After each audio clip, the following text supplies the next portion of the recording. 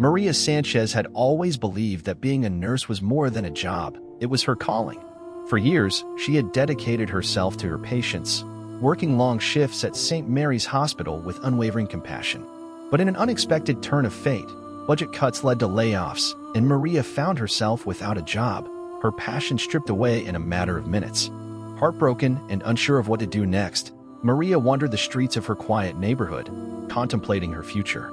She had given her all to her patients, and now she felt lost. As she walked past a small cafe, she saw an elderly man clutching his chest, gasping for air. Without hesitation, her instincts took over. Rushing to his side, she checked his pulse, weak and erratic. "Sir, can you hear me?" she asked urgently, placing a firm yet gentle hand on his shoulder. His eyes were wide with panic, his breath shallow. Maria quickly realized he was in the middle of a heart attack.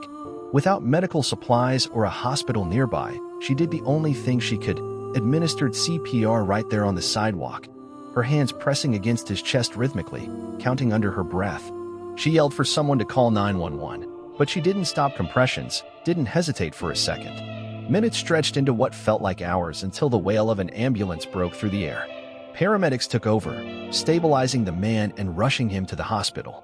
Maria stood back, her heart racing, her hands trembling. She had done all she could. As she watched the ambulance disappear down the road, she felt a mix of emotions, relief, sadness, and an overwhelming sense of purpose. The next morning, Maria awoke to the sound of a car pulling into her driveway. Then another, and another. When she pulled back her curtain, her breath hitched. For luxury cars, a Rolls-Royce, a Mercedes, a Bentley, and a Tesla were lined up in front of her modest home. Confused and slightly anxious, she stepped outside, her heart pounding. A well-dressed man stepped forward. She recognized him instantly. It was the man she had saved. "Miss Sanchez," he said, his voice thick with emotion. "My name is Richard Montgomery. You saved my life yesterday." Maria's eyes widened. "Sir, I was just doing what anyone would." "No, you did more than that. You gave me a second chance.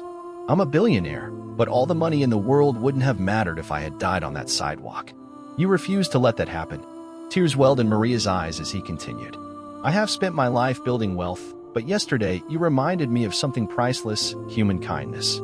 I did some research and found out you recently lost your job. That didn't stop you from saving me. So today, I'm making sure you never have to worry about money again." He gestured to the cars. "One of these is yours, whichever you like. And inside this envelope is something even more important." Maria took the envelope with shaky hands and opened it.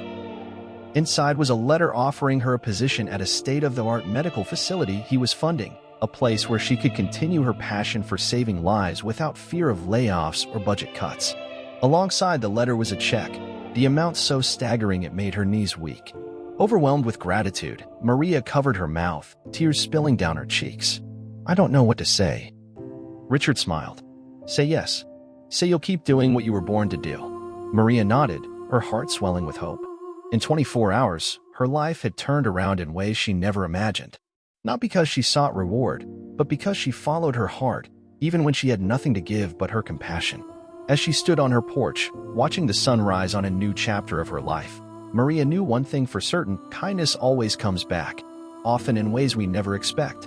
And for the first time in weeks, she allowed herself to dream again, knowing that her purpose had never been lost. It had just been waiting for the right moment to be found again.